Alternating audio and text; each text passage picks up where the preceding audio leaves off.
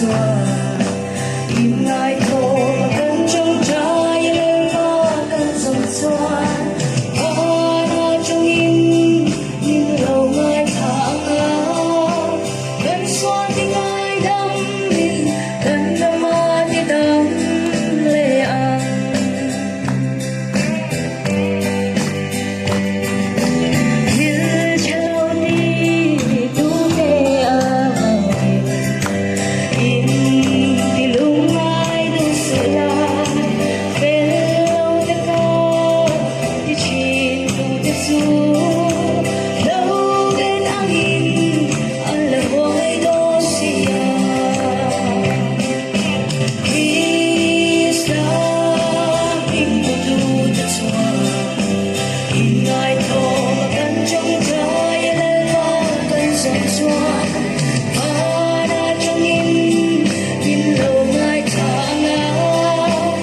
Hãy subscribe cho kênh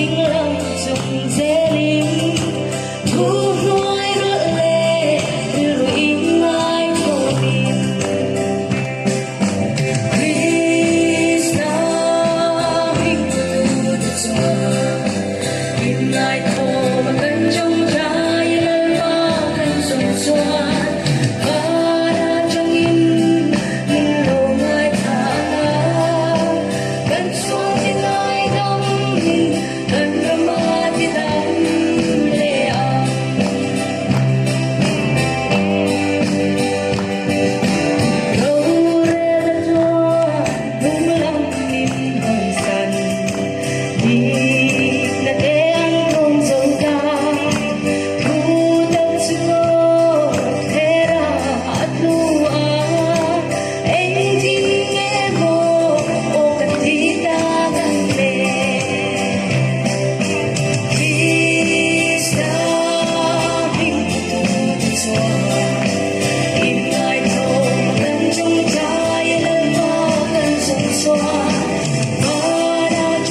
những video